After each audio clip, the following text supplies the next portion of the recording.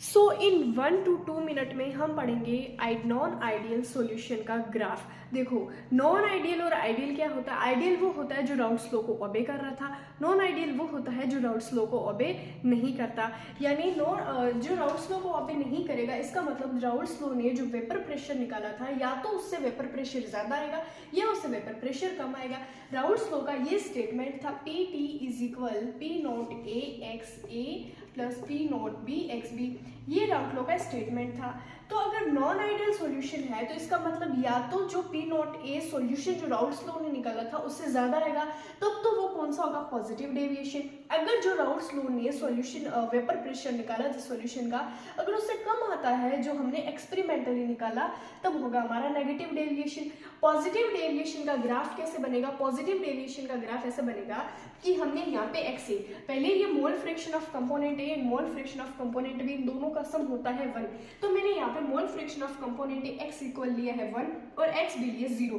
क्यों? क्योंकि एक टाइम पे एक ही 1 हो सकता है, तो ये 0 होगा। अगर मैं इसको 0 ले लूँ तो ये 1 होगा, तभी तो ओवरऑल हमारा आंसर 1 आएगा। तो मैंने यहाँ पे कंपोनेंट ऑफ ए 1 इसीलिए लिया है क्योंकि मान लो मेरे पास सिर्फ सोल्वेंट है, मैंने अभी तक इसमें कोई सोल्यूटेट नहीं किया, तो सोल्यूटेट नहीं किया तो बी क्या है? सोल्यूट है, तो सोल्यूट की क्वांटिटी कितनी है? 0।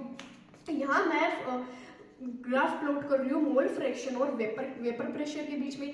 तो जैसे जैसे मैं मोल फ्रैक्शन बढ़ा रही हूँ, यानी मैं धीरे धीरे क्या कर रही हूँ? सोल्यूटेट कर रही हूँ। तो सोल्यूटेट कर रही हूँ तो जो हमारा सोल्यूशन है वो क्या हो जाएगा? कंसंट्रेटेड बन जाएगा।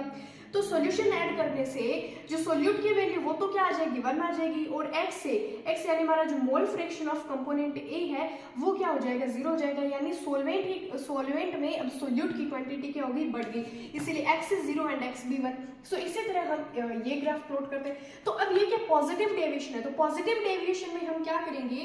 पी बी यानी जो राउल्स लॉ का वेपर प्रेशर था उससे हमारा ज्यादा आ रहा है, तब हम इस तरह ऊपरी छोर में हम बना देंगे।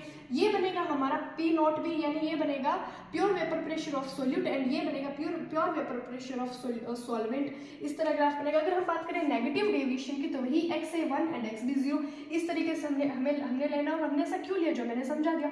नेगेटिव में क्या आएगा? इस तरह नीचे की तरफ प्लॉट होगा, और पॉजिटिव में ऊपर की तरफ प्लॉट होगा, और ये हमारा टोटल सॉल्यूशन वेपर प्रेशर हो जाएगा। Thank you.